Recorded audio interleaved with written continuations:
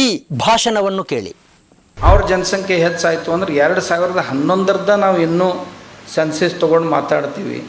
21ಕ್ಕೆ ಆಗಬೇಕಾಗಿತ್ತು, ಕೋವಿಡ್ ಬಂತು, ಈಗಾಗಿದೆ. ಇನ್ನೂ ಅಂಕಿಅಂಶಗಳು ಬರಬೇಕು ಹೊರಗೆ ಬಂದ ನಂತರ ನಮ್ಗೆ ಗೊತ್ತಾಕೈತಿ ನಮ್ಮ ಸ್ಥಿತಿ ಏನೈತೆ ನಮ್ಮ ದೇಶದ್ದು ಅಂತ. ನಮ್ಮ ದೇಶದ್ದು ಇದು ಈ ಜನಸಂಖ್ಯೆ ಹೆಚ್ಚಾಗೋದಕ್ಕೆ ಕಾರಣಗಳು ಏನೇನು? ಒಂದು ರಾಷ್ಟ್ರಭಕ್ತಿ ಮತ್ತು ರಾಷ್ಟ್ರದ ಕುರಿತಾದಂಥ ಒಂದು ಕಳಕಳಿ ಇತ್ತು ಅಂತಂದ್ರೆ ಅವ್ರ ದೇಶಕ್ಕೆ ಹೇಗೆ ಬೇಕೋ ಹಾಗೇ ಇರಬೇಕು ಅಂತ ವಿಚಾರ ಮಾಡ್ತಾರೆ. ಎರಡನೇದ್ದು ನಮ್ಮ ಅಜ್ಞಾನ, ನಾ ಏನು ಮಾಡಿದ್ರೆ ಏನಾಗುತ್ತೆ ಅನ್ನೋದು ಗೊತ್ತಿಲ್ಲ ಅದಕ್ಕೆ. ಮೂರನೇದ್ದು ಜನಸಂಖ್ಯೆ ಹೆಚ್ಚು ಮಾಡೋದು ಯಾಕಂತಂದ್ರೆ ಸಂವಿಧಾನಾತ್ಮಕವಾಗಿ ಈ ದೇಶ ನಡೆದಿದ್ದರೆ ಸಂವಿಧಾನಾತ್ಮಕವಾಗಿಯೇ ಈ ದೇಶವನ್ನು ನಮ್ಮ ಕೈಯಲ್ಲಿ ತಗೋಬೇಕು. ಅಂದ್ರೆ 2047 ಸುಮಾರಿಗೆ ಈಗ ಹೆಂಗೆ ನಡೆದೈತಿ ಹಿಂಗೆ ನಡ್ಕೊತ ಹೋಯಿತು ಅಂದ್ರೆ 47 ಸುಮಾರಿಗೆ ಪ್ರಜಾಪ್ರಭುತ್ವದ ಪದ್ಧತಿಯಲ್ಲಿಯೇ ಭಾರತ ಸರ್ಕಾರವನ್ನು ಕೈಯಲ್ಲಿ ತಗೊಳ್ಳಿಕ್ಕೆ ಬರ್ತದೆ.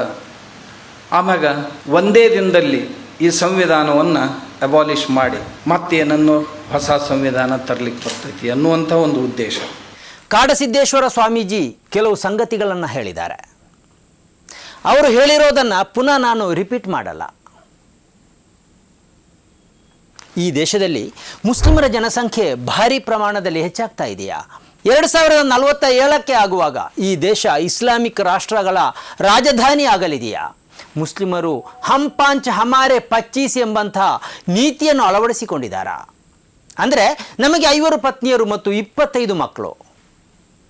ಈ ವಿಷಯದಲ್ಲಿ ಕಾಡಸಿದ್ದೇಶ್ವರ ಸ್ವಾಮೀಜಿಯವರು 30 ನಿಮಿಷಗಳ ಕಾರ್ಯಕ್ರಮದಲ್ಲಿ ಯಾವುದೇ ಅಂಕಿಅಂಶವನ್ನು ಕೊಟ್ಟಿಲ್ಲ. ಆದರೆ ಈ ಬಗ್ಗೆ ಕೇಂದ್ರ ಸರ್ಕಾರವೇ ಕೆಲವು ಅಂಕಿಅಂಶಗಳನ್ನು ಕೊಟ್ಟಿದೆ. 2021 ಅಕ್ಟೋಬರ್ 16ರಂದು ಟೈಮ್ಸ್ ಆಫ್ ಇಂಡಿಯಾ ಪತ್ರಿಕೆಯಲ್ಲಿ ಒಂದು ಲೇಖನ ಪ್ರಕಟವಾಯಿತು. ಕಳೆದ 20 ವರ್ಷಗಳಲ್ಲಿ ಮುಸ್ಲಿಂ ಜನಸಂಖ್ಯೆಯ ಬೆಳವಣಿಗೆಯ ದರ ಹಿಂದೂಗಳಿಗಿಂತಲೂ ಕಡಿಮೆ ಎಂಬುದು ಈ ಬರಹದ ಶೀರ್ಷಿಕೆ. ಹಾಗಂತ ಇದು ಯಾವುದೋ ಸಾಬ್ರು ಬರೆದ ವರದಿ ಅಂತ ಅಂದ್ಕೊಳ್ಬೇಡಿ. ಈ ಬರಹದ ಆರಂಭ ಹೀಗಾಗತ್ತೆ. ಜನಗಣತಿ ಅಂಕಿಅಂಶ ಪ್ರಕಾರ 1991 ಮತ್ತು 2001 ನಡುವೆ ಈ ದೇಶದ ಮುಸ್ಲಿಮರ ಜನಸಂಖ್ಯಾ ಬೆಳವಣಿಗೆಯ ದರ ಹಿಂದೂ ಜನಸಂಖ್ಯಾ ಬೆಳವಣಿಗೆ ದರಕ್ಕಿಂತ ವೇಗವಾಗಿದ್ದರು. 2001 ಮತ್ತು 2011 ನಡುವೆ ಮುಸ್ಲಿಮರ ಜನಸಂಖ್ಯಾ ಬೆಳವಣಿಗೆ ದರ ಹಿಂದೂಗಳಿಗಿಂತ ವೇಗವಾಗಿ ಕುಸಿತಾ ಇದೆ ಎಂದು ಈ ಬರಹದ ಆರಂಭದಲ್ಲೇ ಹೇಳಲಾಗಿದೆ. ವೀಕ್ಷಕರೇ, ಇದು ಎಡಿಟರ್ಸ್ ಪಿಕ್. 1991ರಿಂದ 2011 ಈ 20 ವರ್ಷಗಳ ನಡುವೆ ಹಿಂದೂಗಳ ಜನಸಂಖ್ಯಾ ಬೆಳವಣಿಗೆ ದರ 3.1% ಕುಸಿದಿದೆ. ಇದೇ ಅವಧಿಯಲ್ಲಿ ಮುಸ್ಲಿಮರ ಕುಸಿತದ ಪ್ರಮಾಣ 4.7 ಆಗಿದೆ. ಅಂದರೆ ಜನಸಂಖ್ಯೆಯ ಕುಸಿತದ ಪ್ರಮಾಣದಲ್ಲಿ ಮುಸ್ಲಿಮರು ಹಿಂದೂಗಳಿಗಿಂತ ವೇಗವಾಗಿದ್ದಾರೆ. 2019-21 ರಾಷ್ಟ್ರೀಯ ಕುಟುಂಬ ಆರೋಗ್ಯ ಸಮೀಕ್ಷೆ ವರದಿ ಪ್ರಕಾರ ಹಿಂದೂ ಮತ್ತು ಮುಸ್ಲಿಂ ಮಹಿಳೆಯರ ನಡುವಿನ ಫಲವತ್ತತೆಯ ಅಂತರ ಬರೀ 0.42 ಅಷ್ಟೇ ಆಗಿದೆ.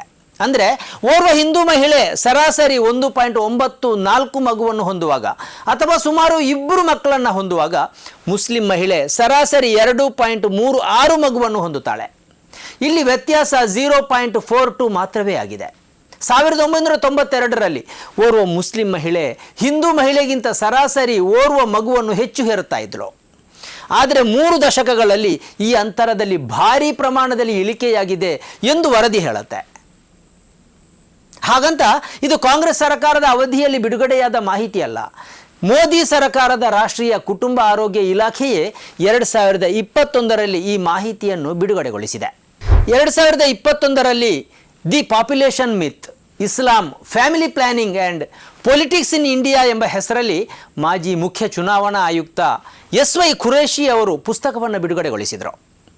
1951ರ ಜನಗಣತಿ ಪ್ರಕಾರ ಭಾರತದಲ್ಲಿ ಮುಸ್ಲಿಮರ ಜನಸಂಖ್ಯೆ 9.8% ಇತ್ತು. 2011ರ ಜನಗಣತಿಯಂತೆ ಇದು 14.2% ಏರಿಕೆಯಾಗಿದೆ. ಇದೇ ಅವಧಿಯಲ್ಲಿ ಹಿಂದೂಗಳ ಜನಸಂಖ್ಯೆ 84.1%ದಿಂದ 79.8%ಕ್ಕೆ ಇಳಿಕೆಯಾಗಿದೆ. ಅಂದರೆ ಕಳೆದ 60 ವರ್ಷಗಳಲ್ಲಿ ಮುಸ್ಲಿಮರ ಜನಸಂಖ್ಯೆಯಲ್ಲಿ ಕೇವಲ 4.4% ಮಾತ್ರವೇ ಏರಿಕೆಯಾಗಿದೆ. ಹೀಗಾದರೆ ಮುಂದಿನ 1000 ವರ್ಷಗಳಲ್ಲೂ ಮುಸ್ಲಿಮರ ಜನಸಂಖ್ಯೆ ಹಿಂದೂಗಳನ್ನು ಮೀರಿಸಲಾರದು ಎಂದವರು ಜನಗಣತಿಯ ಅಂಕಿ ಸಂಖ್ಯೆಗಳ ಆಧಾರದಲ್ಲಿಯೇ ಬರೆದಿದ್ದಾರೆ. ಅದರಲ್ಲೂ ಹಿಂದೂಗಳು ಇನ್ನು ಮುಂದೆ ಒಂದೇ ಒಂದು ಮಗುವನ್ನು ಮಾಡುವುದಿಲ್ಲ ಎಂದು ತೀರ್ಮಾನಿಸಿದರೂ 2070ರವರೆಗೆ ಮುಸ್ಲಿಮರು ಈ ದೇಶದಲ್ಲಿ ಬಹುಸಂಖ್ಯಾತರಾಗಲಾರರು ಎಂದು ಅವರು ಬರೆದಿದ್ದಾರೆ. ಒಂದು ವೇಳೆ ಜನಸಂಖ್ಯೆಗೂ ಧರ್ಮಕ್ಕೂ ಬಲವಾದ ಸಂಬಂಧ ಇದೆ ಎಂದಾದರೆ ಅರಬ್ ರಾಷ್ಟ್ರಗಳಲ್ಲಿ ಜನರು ತುಂಬಿ ತುಳುಕಬೇಕಿತ್ತು. ಕುರಾನನ್ನೇ ಸಂವಿಧಾನ ಎಂದು ಒಪ್ಪಿಕೊಂಡಿರುವ Saudi Arabia, UAE, Qatar, Oman, Kuwait, Bahrain ಇತ್ಯಾದಿ ರಾಷ್ಟ್ರಗಳಲ್ಲಿ ಕಾಲಿಡುವುದಕ್ಕೂ ಸಾಧ್ಯವಾಗದಷ್ಟು ಜನರು ತುಂಬಿರಬೇಕಿತ್ತು.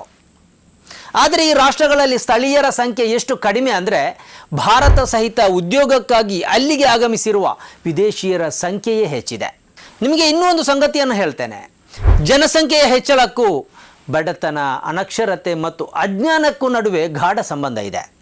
ಬಿಹಾರದಲ್ಲಿ ಓರ್ವ ಹಿಂದೂ ಮಹಿಳೆ ಸರಾಸರಿ 3 ಮಕ್ಕಳನ್ನು ಹೆರ್ತಾಳೆ. ರಾಜಸ್ಥಾನದಲ್ಲಿ ಓರ್ವ ಹಿಂದೂ ಮಹಿಳೆ ಸರಾಸರಿ 3 ಮಕ್ಕಳನ್ನು ಹೆರ್ತಾಳೆ. ಉತ್ತರ ಪ್ರದೇಶದಲ್ಲಿ ಪ್ರತಿ ಹಿಂದೂ ಮಹಿಳೆ 2.6 ಮಗುವನ್ನು ಹೊಂದುತ್ತಾಳೆ.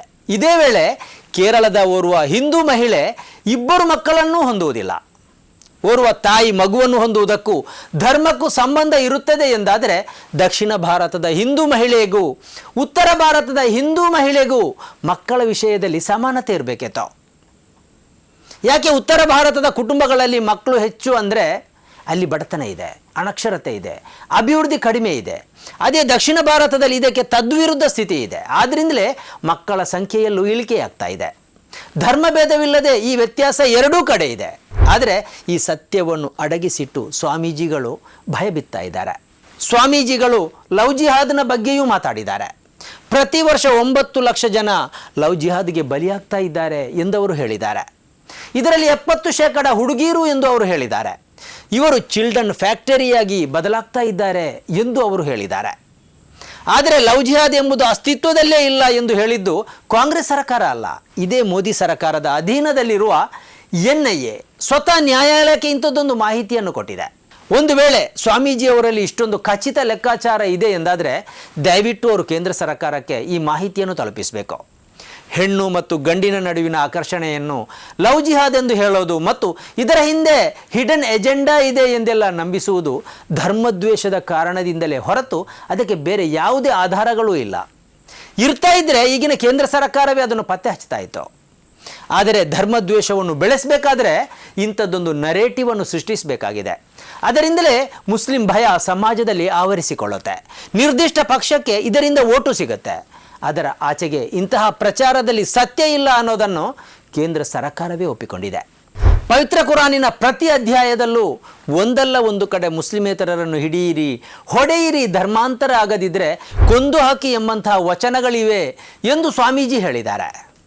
ಆದರೆ ಅದನ್ನು ಸಾಬೀತುಪಡಿಸುವ ಯಾವ ದಾಖಲೆಯನ್ನೂ ಅವರು ಮಂಡಿಸಿಲ್ಲ.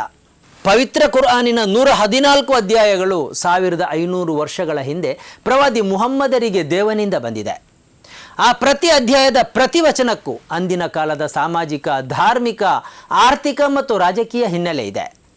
ಆ ಹಿನ್ನೆಲೆಯನ್ನು ಕೈಬಿಟ್ಟು ಬರೇ ಯಾವುದಾದರೂ ಒಂದು ವಚನವನ್ನು ಹೇಕಿಕೊಂಡು ಅದರ ಹಿಂದು ಮುಂದನ್ನು ಕತ್ತರಿಸಿ ಓದೋದರಿಂದ ಇಂತಹ ಸಮಸ್ಯೆ ಉದ್ಭವವಾಗುತ್ತೆ. ಇದು ಸ್ವಾಮೀಜಿಯವರಿಗೆ ಗೊತ್ತಿಲ್ಲ ಎಂದು ನನಗನಿಸ್ತಾ ಇಲ್ಲ. ಸಾರ್ವಜನಿಕವಾಗಿ ಒಂದು ರೀತಿಯ ಭಯವನ್ನು ಹರಡೋದು ಅವರ ಹೇಳಿಕೆಯ ಉದ್ದೇಶವಾಗಿರುವ ಸಾಧ್ಯತೆ ಇದೆ.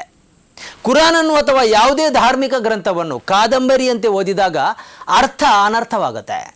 ಯುದ್ಧದ ಸಂದರ್ಭದಲ್ಲಿ ಒಂದೆರಡು ವಚನಗಳಲ್ಲಿ ಯುದ್ಧದ ಸನ್ನಿವೇಶಕ್ಕೆ ತಕ್ಕಂತೆ ಪವಿತ್ರ ಕುರಾನ್ನಲ್ಲಿ ವಚನಗಳಿವೆ.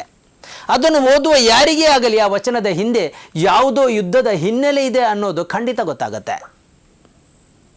ಒಂದು ವೇಳೆ ಪವಿತ್ರ ಕುರಾನಿನ ವಚನಕ್ಕೆ ಅಂಥದ್ದೊಂದು ಅರ್ಥ ಇರ್ತಾ ಇದ್ರೆ ಗಲ್ಫ್ ರಾಷ್ಟ್ರಗಳಲ್ಲಿ ಹಿಂದೂಗಳು ದುಡಿಯುವುದಕ್ಕೆ ಸಾಧ್ಯನೇ ಇರಲಿಲ್ಲ. ಮಲೇಷ್ಯಾದಲ್ಲಿ ದೊಡ್ಡ ಸಂಖ್ಯೆಯಲ್ಲಿ ಹಿಂದೂಗಳಿದ್ದಾರೆ. ಒಂದು ವೇಳೆ ಪವಿತ್ರ ಕುರಾನ್ ಅನ್ಯ ಧರ್ಮವನ್ನು ಸಹಿಸುವುದಿಲ್ಲ ಎಂದಾದರೆ ಇದು ಸಾಧ್ಯನೇ ಇರಲಿಲ್ಲ. ಸ್ವಾಮೀಜಿಯವರು ಬಹುಪತ್ನಿತ್ವದ ಬಗ್ಗೆ ಹೇಳಿದ್ದಾರೆ. ಮುಸ್ಲಿಮರು 5 ಪತ್ನಿಯರನ್ನು ಹೊಂದುತ್ತಾರೆ ಮತ್ತು 25 ಮಕ್ಕಳನ್ನು ಹುಟ್ಟಿಸ್ತಾರೆ ಎಂಬ ರೀತಿಯಲ್ಲಿ ಮಾತಾಡಿದ್ದಾರೆ. ಮುಸ್ಲಿಮರಲ್ಲಿ ಬಹುಪತ್ನಿತ್ವಕ್ಕೆ ಕಾನೂನು ಪ್ರಕಾರವೇ ಅವಕಾಶ ಇದೆ. ಆದರೆ ಈ ದೇಶದ ಉಳಿದ ಯಾವ ಸಮುದಾಯಕ್ಕೂ ಕಾನೂನು ಪ್ರಕಾರ ಬಹುಪತ್ನಿತ್ವವನ್ನು ಹೊಂದುವ ಅವಕಾಶ ಇಲ್ಲ. ಆದರೆ ಕೇಂದ್ರ ಸರ್ಕಾರದ ಅಧೀನದಲ್ಲಿರುವ ರಾಷ್ಟ್ರೀಯ ಕುಟುಂಬ ಆರೋಗ್ಯ ಸಂಸ್ಥೆಯು ನೀಡಿರುವ ಮಾಹಿತಿಯನ್ನು ನೋಡಿದರೆ ಸ್ವಾಮೀಜಿಯವರಿಗೆ ಅಚ್ಚರಿಯಾಗಬಹುದು. 2019-20 ಅಂಕಿಅಂಶದಂತೆ ಮುಸ್ಲಿಮರಲ್ಲಿ ಬಹುಪತ್ನಿತ್ವದ ದರ 1.9% ಇದೆ. ಅದೇ ವೇಳೆ ಹಿಂದೂಗಳಲ್ಲಿ ಬಹುಪತ್ನಿತ್ವದ ದರ 1.3% ಇದೆ. ಬಹುಪತ್ನಿತ್ವಕ್ಕೆ ಅವಕಾಶವೇ ಇಲ್ಲದ ಹಿಂದೂ ಸಮುದಾಯದ ಪರಿಸ್ಥಿತಿ ಇದು. ಈ ದೇಶದಲ್ಲಿ ಮೇಘಾಲಯದ ಈಸ್ಟ್ ಜೈಂತಿಯಾ ಹಿಲ್ಸ್ ಜಿಲ್ಲೆಯು ದೇಶದಲ್ಲಿ ಅತಿ ಹೆಚ್ಚು ಬಹುಪತ್ನಿತ್ವವನ್ನು ಆಚರಿಸ್ತಾ ಇರುವ ಜಿಲ್ಲೆ ಎಂದು ಟೈಮ್ಸ್ ಆಫ್ ಇಂಡಿಯಾ ಪತ್ರಿಕೆ ವರದಿ ಮಾಡಿತು. ಇಲ್ಲಿ 20% ಮಂದಿ ಬಹುಪತ್ನಿತ್ವವನ್ನು ಹೊಂದಿದ್ದಾರೆ. ಇದು ಬುಡಕಟ್ಟುಗಳೇ ವಾಸಿಸುವ ಜಿಲ್ಲೆ. ಹಾಗಂತ ಇದು ಮುಸ್ಲಿಂ ಬಹುಸಂಖ್ಯಾತ ಜಿಲ್ಲೆ ಅಲ್ಲ. ಬಹುಪತ್ನಿತ್ವಕ್ಕೆ ಸಂಬಂಧಿಸಿ ಹಿಂದೂ ಮತ್ತು ಮುಸ್ಲಿಮರಿಗೆ ಹೋಲಿಸಿದರೆ ಕ್ರೈಸ್ತರಲ್ಲಿಯೇ ಬಹುಪತ್ನಿತ್ವ ಅಧಿಕ ಇದೆ. ಅವರಲ್ಲಿ 2.1% ಬಹುಪತ್ನಿತ್ವ ಆಚರಣೆಯಲ್ಲಿದೆ. ಬುಡಕಟ್ಟುಗಳು ಹೆಚ್ಚಿರುವ ಈಶಾನ್ಯ ಭಾರತದಲ್ಲಿ ಕ್ರೈಸ್ತರ ಸಂಖ್ಯೆ ಹೆಚ್ಚಾಗಿರುವುದೇ ಇದಕ್ಕೆ ಕಾರಣ. ಕಾಡಸಿದ್ದೇಶ್ವರ ಸ್ವಾಮೀಜಿಯವರು ಅಂಕಿಅಂಶವನ್ನು ನೀಡದೆ ಭಯಬಿತ್ತುವ ಭಾಷಣ ಮಾಡಿದ್ದಾರೆ. ನಾನು ಇಲ್ಲಿ ನೀಡಿರುವ ಅಂಕಿಅಂಶವನ್ನು ಯಾವಾಗ ಬೇಕಾದರೂ ಯಾರು ಬೇಕಾದರೂ ಗೂಗಲ್ ಮಾಡಿ ಹುಡುಕಿ ಪರಿಶೀಲಿಸಬಹುದು. 12 ಕೋಟಿ ನುಸುಳುಕೋರರು ಈ ದೇಶದಲ್ಲಿದ್ದಾರೆ ಎಂದು ಸ್ವಾಮೀಜಿಗಳು ಹೇಳಿದ್ದಾರೆ. ಆದರೆ ಈಗ ನಡೆದಿರುವ SIR ಫಲಿತಾಂಶ ನೋಡಿದರೆ ಇದು ಅಪ್ಪಟ ಸುಳ್ಳು ಅನ್ನೋದು ಗೊತ್ತಾಗುತ್ತೆ. ನುಸುಳುಕೋರರ ಸಂಖ್ಯೆ ಎಷ್ಟು ಎಂದು ಚುನಾವಣಾ ಆಯೋಗದಲ್ಲಿ ಪದೇ ಪದೇ ಕೇಳಿದರೂ ಉತ್ತರ ಸಿಗ್ತಾ ಇಲ್ಲ. ದಯವಿಟ್ಟು ಭೀತಿಯನ್ನು ಹರಡಬೇಡಿ, ಅಸತ್ಯವನ್ನು ಬಿತ್ತಬೇಡಿ, ಸತ್ಯವನ್ನೇ ಹಂಚಿಕೊಳ್ಳಿ.